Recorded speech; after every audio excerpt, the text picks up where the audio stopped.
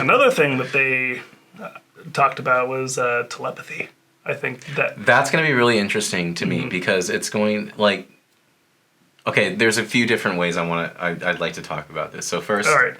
The telepathy thing, let's talk about what the impact will be on relationships, just not romantic, just really like friends, family. What would it mean when I'm communicating to you? Am I going to be talking to you?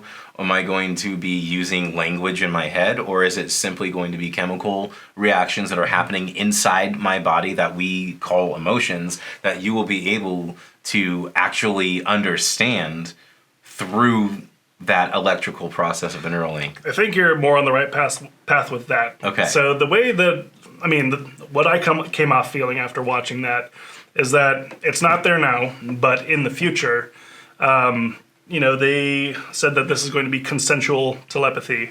Okay, so it's not just going to be like you're throwing a thought into my brain and I have no resistance of like hearing what the hell you're telling me. I mean, imagine the cat calling that would go on with that. Yo.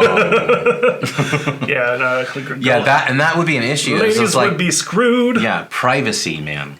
Mm-hmm. That's a completely different subject, but just to mention it really quickly, like what you said, like the cat calling, so inappropriate. Man, I don't even know if we don't need to mention as men. I don't even think that you need to It wouldn't be catcalling at that point. No, it would be harassment. We would have to write new laws. You couldn't do that. Yeah, no. So there would have to be some way to prevent. You'd have to have permission. Can I communicate with this person?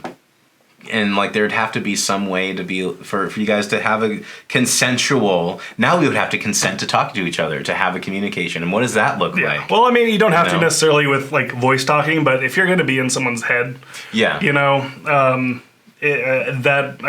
definitely needs to be some kind of a barrier to that. There does. They did lightly talk about security issues, which they didn't say much about it. The only thing that they really mentioned was that they're building it from the ground up, so they have more control over it. Which I'm not exactly. I don't know what that means entirely. No, people are going to figure it out. It's PR. People always figure it out. If there's going to be computers, there's going to be hacking. If there's going to be tech, there's going to be hacking. People are going to take advantage of their technology and push the limits to see what you can do with it, and that's exciting. I'm all for that. I'm not for abusing it. Just to be clear. Leave people alone. Don't cause harm. But please push the limits. Figure out what we can do. No, fine. What's our potential? Find the cracks in the cement, and let's patch that shit up because I'd be excited to get one of these things. I definitely am not going to be someone to get one right away. No, I'm not. I'm never for the record. I'm never first generation. If you're first generation, thank you for being the guinea pigs. Brave soldiers, you are. Absolutely. I'm never first generation. Salute you. No. But no, it's definitely the thing that's fortunate about this though is I think that we'll be alive long enough to take advantage of second, third, and fourth generations. We'll be around for it, man. And honestly, I think at the rate that this thing is being developed. I'm sorry, we're going to go back to the consensual telepathy in a second here, but I just lost where I was going. It's all right. Totally lost it. So I'll just go back to the consensual telepathy thing. I think that it's going to be a whole lot like you had just mentioned it, where when you're we're talking right now. So we're formulating an idea in our head, and then it's being filtered through all of the different brain neurons and electrical patterns that it has to go through to get into the language center and then make it to the motor center to be able to project it as, a voice so that you can hear it. Right. And then I've got to interpret it. You have to interpret it. And it has to go into your brain, and you have to reason what I'm saying and understand that whole bit. Right. And even then, it's not going to be a perfect understanding of what you're saying. That's the whole game of having a conversation is making sure that we're understanding each other as we go along. Yeah. So what they kind of let it on to be like is that I'm going to be able to conceptualize an idea, and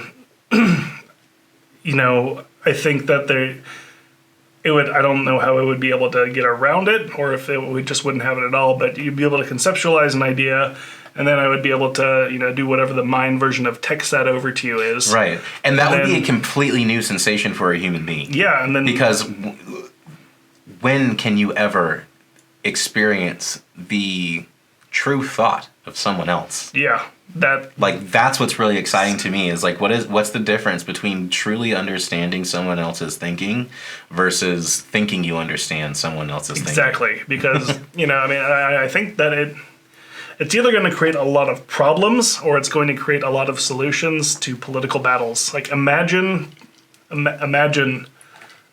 like debates going on where instead of me talking at you, trying to prove my point, I go, here, this is how I see it, and I throw it your direction, and then you experience that, and not only are you getting, you know, the general idea, like in like a language form, right, but you're seeing the visuals that are popping up in my head as I'm trying to describe it. Right. You get the emotional all feelings, the sensations that are connected to that conception. The emotional feelings that, you know, come across while this, you know, pattern of brain activity is going on in my head. Right. And like, I think people are gonna cry, dude. Like, it's gonna be an overwhelming, like, almost divine experience. And that's another crazy thing that we can, I mean, there's so many different branches we can go off of talking about this. We can go on for hours and hours. Yeah, we definitely can. But yeah, no, the telepathy thing, I mean, because my whole life growing up, I always thought of telepathy as just me being able to talk in my English language to another person. Correct, and they're hearing it. They're just hearing it in their mind. The idea of being able to, like, transmit a thought. Yeah. You know? And completely different. Not those kind of thoughts, you dirty-minded sons of bitches. Dirty audience. The mental thoughts. Not those ones.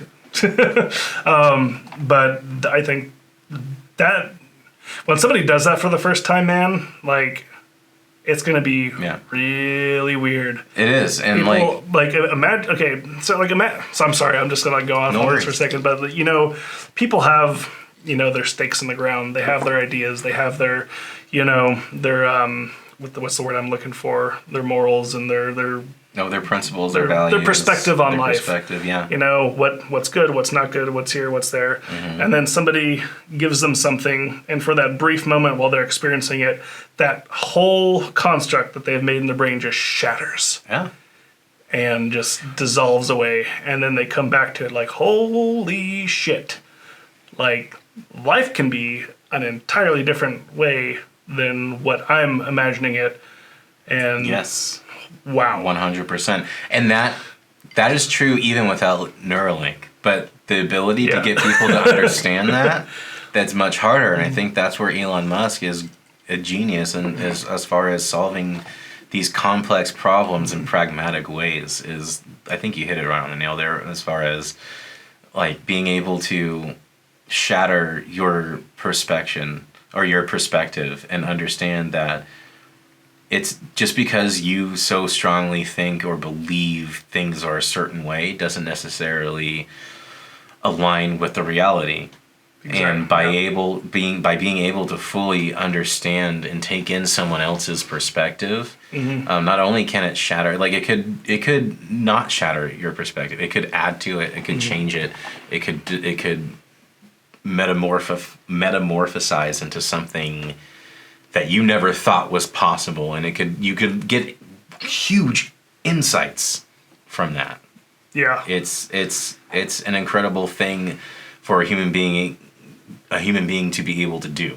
I wonder if it's going to be such an experience that people would get addicted to it.